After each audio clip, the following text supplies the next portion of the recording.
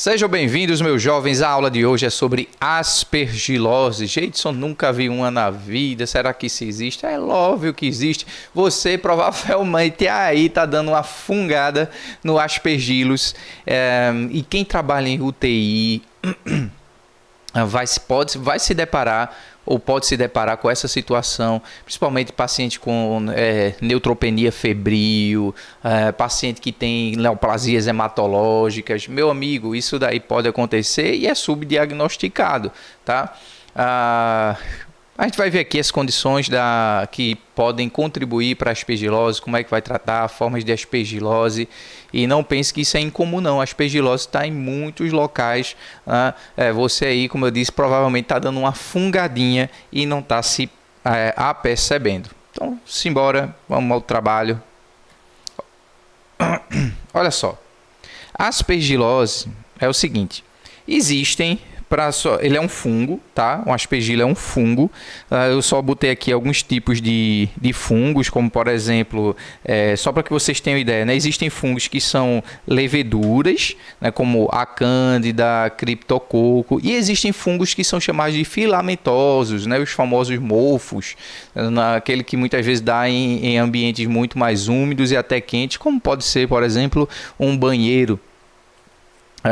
Nesses fungos filamentosos você tem o aspergillus, né, é um dos principais, e tem o fusarium, tá bom? Aspergillus fusarium.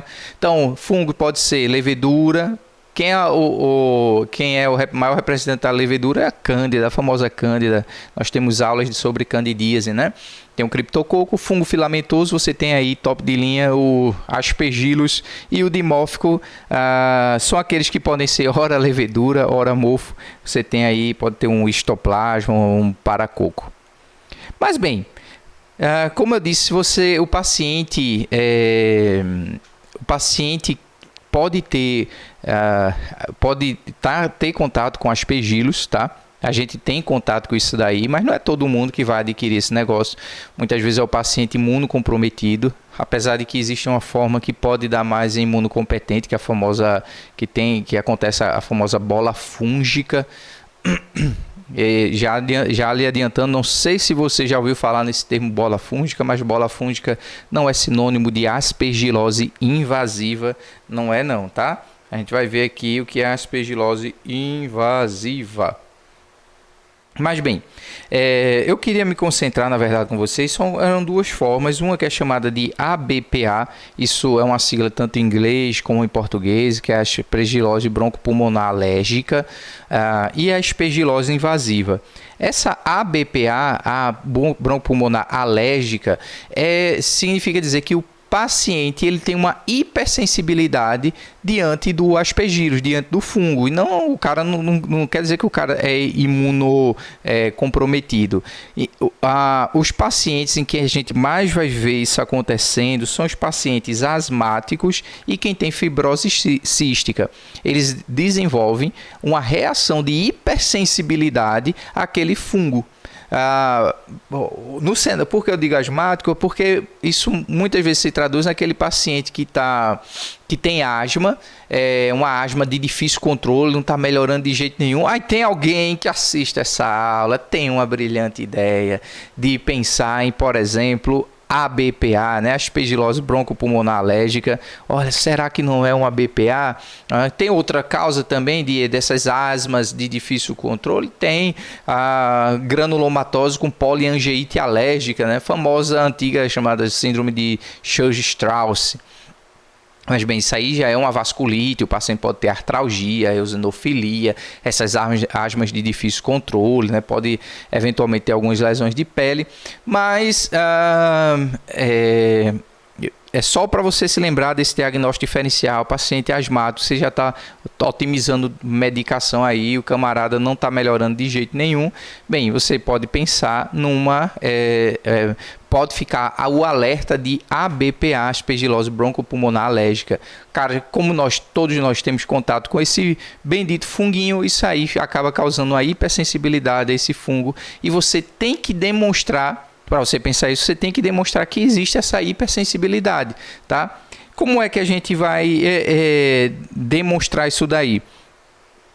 Eu vou dizer já já. Aqui, antes disso, eu queria fazer uma demonstração, né, dessa aspergilose broncopulmonar alérgica. Muitas vezes o paciente se apresenta com uma tosse, aquela tosse com uma secreção muito espessa. Isso aqui, ó, é impactação mucoide, tá? Impactação de muco. É uma tosse muito espessa e você pega na tomografia, existem essas bronquiectasias, né? Que são essas, né, não posso chamar, não são caverninhas, né? São, quem está habituado com bronquiectasia sabe o que é, mas quem nunca viu, prazer, bronquiectasia, são essas aspas mini caverninhas aqui, ó, são essas trações, essas dilatações aqui de brônquios, tá? Bronquiectasia, dilatação do brônquio. Então, existem essas bronquiectasias e você observa impactação de muco, né? O paciente tem aquela tosse, uma tosse uma secreção, uma gosma que o cabo não consegue botar para fora, meu amigo. É difícil de expelir, tá? Difícil de expelir, uma secreção grossa, complicado. Então, o paciente muitas vezes vai ter esse tipo aí de tomografia, né? Se o cara tem uma asma de difícil controle, você vê na tomografia bronquiectasias, né? Essas são essas dilatações brônquias e tem sinais de impactação mucosa, você já começa a pensar ainda mais fortemente em aspergilose broncopulmonar alérgica. E daí só falta demonstrar que o camarada tem realmente uma hipersensibilidade ao aspergillus. Como é que você vai ver isso? Você pode, nos exames laboratoriais, você pode haver aumento de eosinófilos, ou seja, está havendo ali uma hipersensibilidade. A IgE total muitas vezes está maior que 1000, que está demonstrando hipersensibilidade. Mas hipersensibilidade a quê? Aí você pode dosar um IgE específico anti-aspergillus. Quando está aí maior que 0,35, o paciente está aí confirmada uma alergia ao fungo. O cara é hipersensível ao fungo. Então, como é que eu vou tratar? Adivinha só como se trata algumas alergias, meu amigo. Adivinha só. O velho e bom corticoide, né? O velho e bom corticoide, mas com um negocinho a mais. Corticoide, você pode fazer prednisona, meio miligrama por quilo, por uns 14 dias. E você, associado a isso, você vai fazer o itraconazol oral, porque o paciente tem o fungo, tá? Então, prednisona com o antifúngico, o itraconazol. Tá bem? Nada, não é fluconazol. Fluconazol não funciona, não vai funcionar contra aí o aspergillus, tá bom? É o itraconazol mesmo, via oral. Eu mostrei aqui outras tomografias, veja bem. Cara, imagine só, chega um paciente na sua emergência, asma de difícil controle, você fez um raio-x, está fazendo broncoespasmo, você fez um raio-x, você encontra esse padrão. Isso aqui, pessoal, esses infiltrados aqui, o paciente tem que tomografar para ter uma melhor ideia do que se trata, né? Bem, feito a tomografia, o camarada apresenta, ó, essas impactações de muco, ó, aqui a bronquiectasia, olha aqui a bronquiectasia, olha aqui o muco aprisionado, por isso o cara tem essa tosse que ele não consegue expelir, tá bem? Então, como eu disse, tratamento corticoide mais prednisona, corticoide, né, a prednisona, meio miligrama por quilo, por 14 dias, junto com o itraconazol. Agora, aqui já é uma coisa bem diferente da BPA, da aspergilose broncopulmonar alérgica. Aqui, minha gente, é a famosa aspergilose invasiva. Aqui o bicho pega. Aqui não muitas vezes grande parte das vezes é um paciente que é imunocomprometido, é um paciente que, na verdade, ele muitas vezes se aparece num paciente que tem transplante de medula óssea, que tem uma neoplasia hematológica, certo? Contexto de neutropenia febril, arrastada. Olha, só uma dica aqui para vocês: neutropenia febril, neutropenia prolongada, paciente fazendo subfebris ou febre, isso aí é fator de risco, é para fungo. O cara está com a neutropenia prolongada e ainda fazendo episódio de subfebris, isso pode ser fungo até que se prove o contrário. Já está com antibiótico de amplo espectro e não está melhorando aí de jeito nenhum, né? Bem, o cenário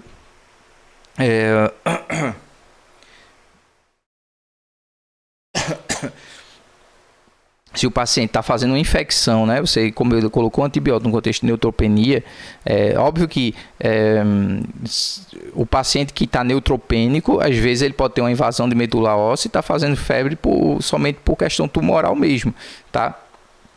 Febre pelo tumor. Mas se você está presumindo que se trata de uma infecção e já está obviamente com antibiótico nesse contexto, bem, o cara não está decolando da sua neutropenia, aí você pode pensar em fungo até que se prove o contrário. Eu vou dizer alguns instrumentos que você pode utilizar para isso. Mas como eu estava mencionando aqui a vocês, o cenário da aspergilose broncopulmonar alérgica é de um paciente com imunossupressão grave, né? Porque se ele está com imunossupressão grave, isso vai invadir o tecido, isso pode causar trombose. Imagina lá, o fungo dentro do tecido, lá dentro do pulmão, pode causar distorção anatômica, pode causar trombose de vaso e infarto do vaso ao redor. O perfil de pacientes é mais aqueles que têm, como eu disse, alguma imunodeficiência, tá? Aqueles transplantes de medula óssea, pode acontecer transplante também de órgão sólido, e paciente que está fazendo indução de quimioterapia, principalmente quando é LMA, né? Que é a leucemia mieloide aguda. Então, neoplasia hematológica, mais neutropenia prolongada, né? Mais febre. Eu tenho que pensar em quê? Em funguinho. Por isso, minha gente, nunca traga flores para o seu paciente neutropênico, tá? Não tragam flores para o seu paciente neutropênico, porque isso aí vai trazer fungo para ele. Não traga flores para um paciente transplante de medula óssea, que você vai levar fungo para ele. Não é interessante que esses pacientes fiquem num ambiente que está tendo construção, né, que está tendo reformas, porque ali vai ter o que? Fungo no meio. Construção e reforma tem fungo, então toma cuidado. Esse paciente pode se infectar aí, bom? Olha só aqui, isso aqui, olha só essa tomografia. Essa tomografia já é de uma aspergilose aqui invasiva, tá bom? Aqui a gente vê a lesão, o fungo, e aqui é o famoso sinal do halo. Você tem infarto do vaso, você tem um edema local, você às vezes tem um extravasamento ali em algumas situações de plasma, né, ou de sangue local por conta da trombose do infarto, tá? Então aqui, ó, isso é o famoso sinal do halo. Você tem essa lesão e em torno dessa lesão essa outra aqui, né? Essa outra lesão aqui, tá bem? Sinal do halo, isso aqui é fungo, é bem sugestivo de aspergilos até que se prove o contrário. Certo, gente, eu já entendi o recado. Neutropenia prolongada, paciente neoplasia hematológica é alto risco para fungo, né? Eu já sei que se eu estou com um paciente com neutropenia febril, já está lá Meronem, mais vancomicina, né, ou teicoplanina, enfim, já está uma cobertura para gram negativo, gram positivo, né, e de repente esse paciente aí ainda não decola da sua infecção, né, não está decolando. O que é que eu posso fazer para ele? O que é que eu posso fazer para ele se ele não está decolando? Eu posso pensar já em tratamento empírico para fungo. Mas eu posso lançar mão de alguns artifícios, tá? De alguns artifícios, alguns exames laboratoriais. Um deles é a galactomanana, Você pode pedir tanto a sérica quanto do lavado broncoalveolar. O problema é o seguinte: quando você vai fazer... É meio complicado você fazer uma broncoscopia. O paciente está... Digamos, para você fazer um digamos que esse paciente acabou sendo entubado, tá certo? Mas ele tem uma neutropenia febril. Se ele está muito plaquetopênico, se ele está muito neutropênico, neutropenia grave, talvez aí não vai ser o melhor momento de fazer uma broncoscopia, de colocar que é um exame, digamos assim, mais invasivo, e daí você pode tanto levar sangramento, como precipitar sepse, infecção.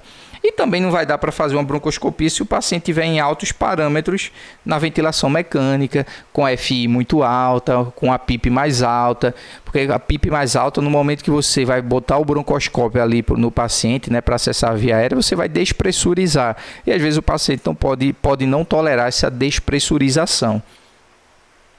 Então, se o cara tiver muito neutropênico, lascado, né, grave, aí não vai ser não é o melhor momento do cara fazer broncoscopia, não é o melhor momento do cara fazer nem colonoscopia, toma cuidado, nem endoscopia digestiva alta, porque só vai piorar a situação do paciente, tá? Isso aqui só, não que isso estejam aí no screen diagnóstico, né? Aqui é só para dar um exemplo adicional. Se você digamos que está com um paciente com hemorragia digestiva, teve queda de HB, ele está com neutropenia, em contexto de neutropenia febril, está com neutrófilos ali de 500, você já botou antibiótico em amplo espectro, bem, não é o melhor momento de fazer uma endoscopia para o paciente, porque ele está com a neutropenia muito grave. Se você fizer isso, o paciente vai correr o risco de piorar a infecção, de piorar a sepse, né? E se sangrar, deu ruim, tá? Então, nem é o melhor momento de fazer uma colono, né? Você vai translocar ali tudo quanto é bactéria, certo?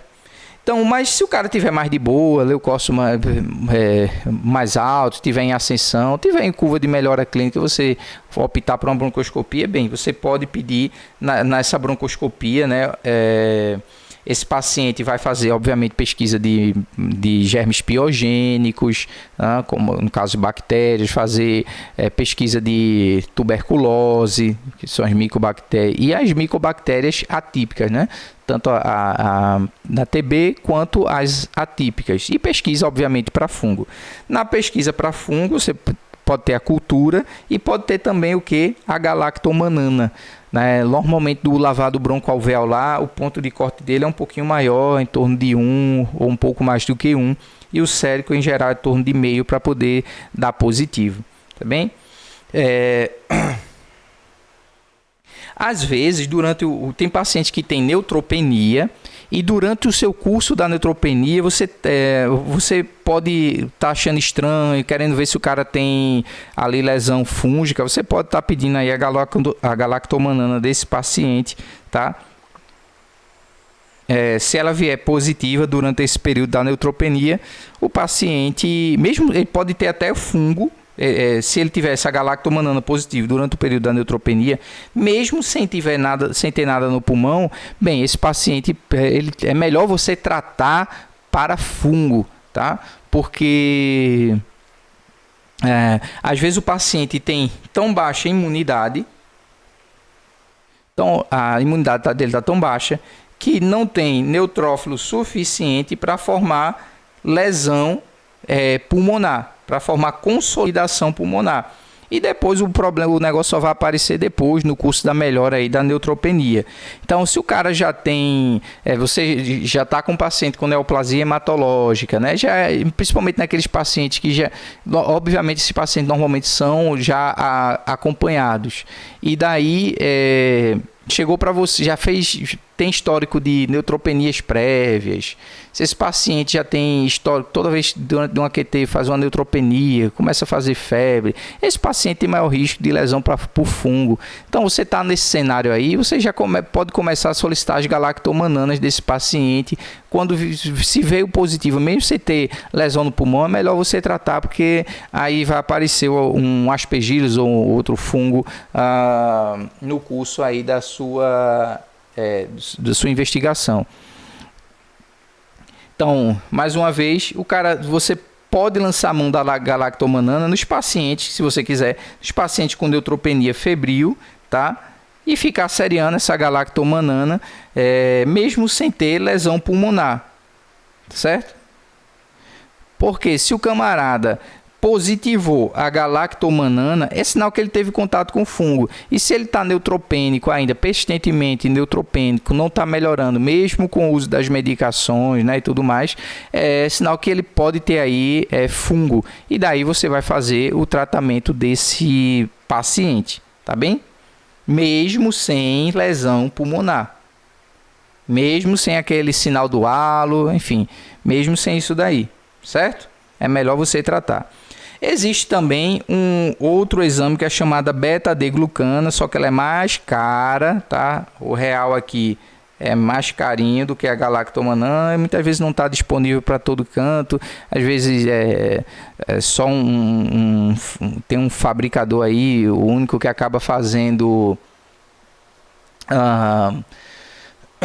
que acaba só ele fazendo esse exame, e o negócio acaba sendo caro, né? Pode estar também presente em outros fungos, mas só um exemplo aqui: blastomicose, criptococose, mucormicose, eles não têm aí beta-D-glucana, vai dar negativo, tá bem? Mas ele pode acontecer com outros fungos também. Então, o que é que eu tenho para diagnóstico? Eu tenho a galactomanana, eu tenho a beta-D-glucana, certo? Que são exames séricos para ver se o meu paciente tem aspergilose, ou fazer a pesquisa do fungo, né, por meio de uma broncoscopia. Também lembrando que vai ter limitações da broncoscopia naqueles pacientes que ou estão em altos parâmetros na ventilação, ou então estão muito neutropênicos, e daí seria uma situação mais arriscada. Eu não digo só plaquetopênicos, eu digo também neutropênico, né? E se além da neutropenia ele tivesse a plaquetopenia, aí juntou além da queda do coice, não dá muito certo você fazer a broncoscopia nesse momento. Como é o tratamento disso daí? O tratamento você não vai utilizar fluconazol, tá? Fluconazol não trata aspergilos, não trata, pessoal, não trata aspergilos. Por isso que se você tiver uma galactomanana positiva num paciente com neutropenia mais grave, você tem que pensar em aspergilos até que se prove o contrário, principalmente se esse paciente tiver o quê? Neoplasia hematológica, como uma leucemia mieloide aguda, ou se o paciente está em QT para uma neoplasia hematológica. Aí você tem que pensar que o negócio não é simplesmente uma cândida, mas pode ser o que? Um aspergillus, pode ser esse mofo. E no caso do aspergillus, você vai tratar aqui, ó, com voriconazol, tá? Que acaba pegando também cândida, né?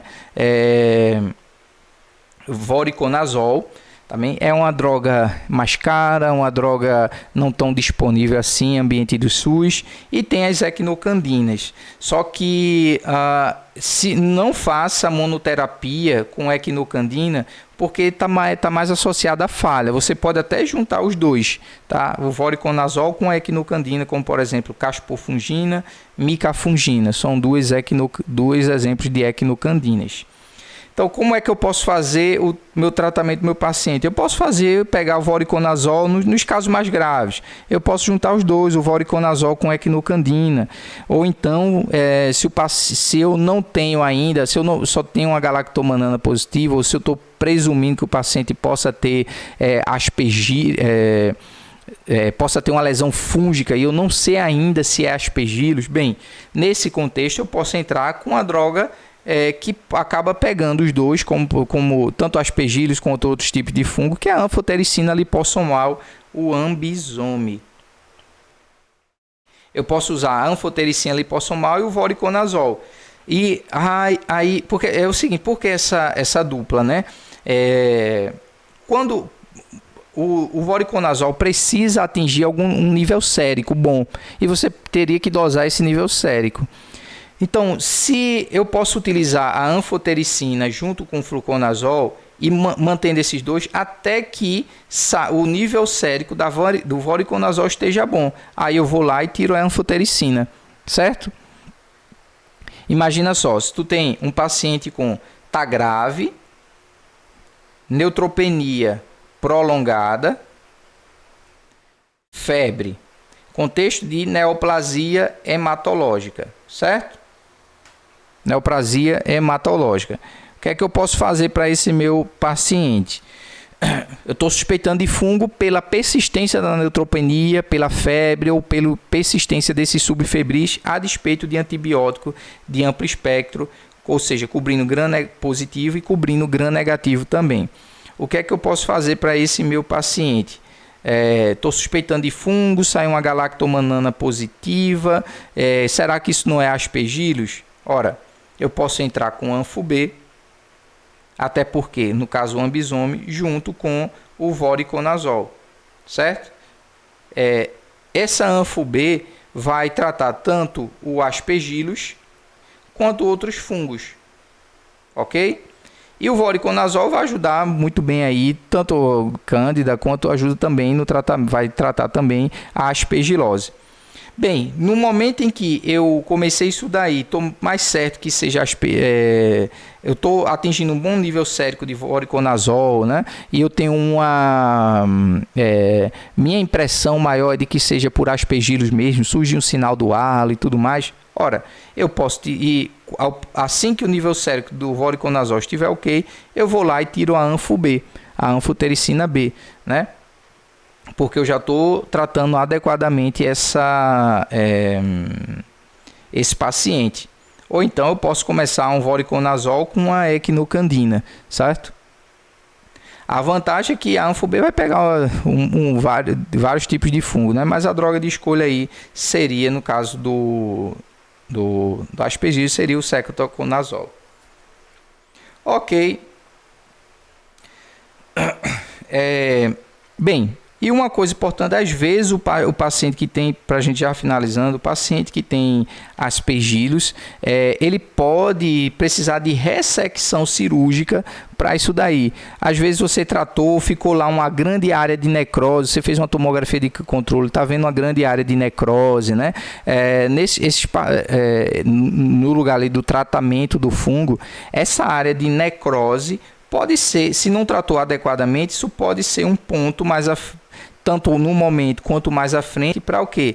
Aparecer outro funguinho ali gostando do local da necrose, tá? E às vezes esse paciente com grande necrose pode precisar de o quê? Ressecção cirúrgica. Então é importante chamar o pessoal da cirurgia torácica para estarem junto aí de vocês. O aspergiloma, que é a famosa bola fúngica, vou mostrar aqui para vocês. Olha aqui, é uma bola fúngica. Esse daqui muitas vezes acontece naquele paciente que é até imunocompetente, mas que tinha lá uma caverna, e nessa caverninha, o que é que foi que aconteceu? O aspergillus entrou e fez morada, tá bem? Isso pode acontecer, por exemplo, com pacientes que fazem uso que aqueles pacientes que têm tuberculose, que formaram caverna. Então, meus jovens, é isso. Nós terminamos a nossa aula aqui sobre aspergilose. Lembrar sempre da galactomanana, principalmente galactomanana, né? Lembrar sempre o paciente com neoplasia hematológica, com neutropenia prolongada, ou fazendo febre. Ou mesmo o paciente que não tem uma neutropenia prolongada, mas que fazem que não tenham neoplasia hematológica, mas que estejam fazendo neutropenia prolongada, com febre, subfebris, a despeito do antibiótico e antiespectro, eu tenho que pensar em funguinho que não esteja sendo coberto. Se o paciente tem neoplasia hematológica, é muito mais comum, existe uma probabilidade maior de que se trate de aspergillus. E daí eu não vou iniciar para esse paciente, por exemplo, um fluconazol, eu tenho que fazer aí um voriconazol. Se tiver muito grave, eu posso utilizar o voriconazol com equinocandina, ou às vezes até utilizar a anfotericina B empiricamente junto com o voriconazol, certo? Porque a anfotericina, como eu disse, vai pegar vários fungos. No momento que eu tenho maior certeza que saiu, que o paciente tem aspergillus, porque eu fiz uma tomografia, vi um sinal do halo, tem galactomananas positivas e é maior probabilidade de ser aspergillus mesmo. Então eu vou lá, no momento em que o nível sérico do voriconazol esteja bom, eu vou lá e tiro a anfotericina. Isso é uma possibilidade de terapia, né? Ou algumas pessoas acabam até fazendo só o voriconazol empírico mesmo. Somente o voriconazol, ele só. É isso. Qualquer dúvida, estamos aqui à sua inteira disposição. Valeu, tamo junto.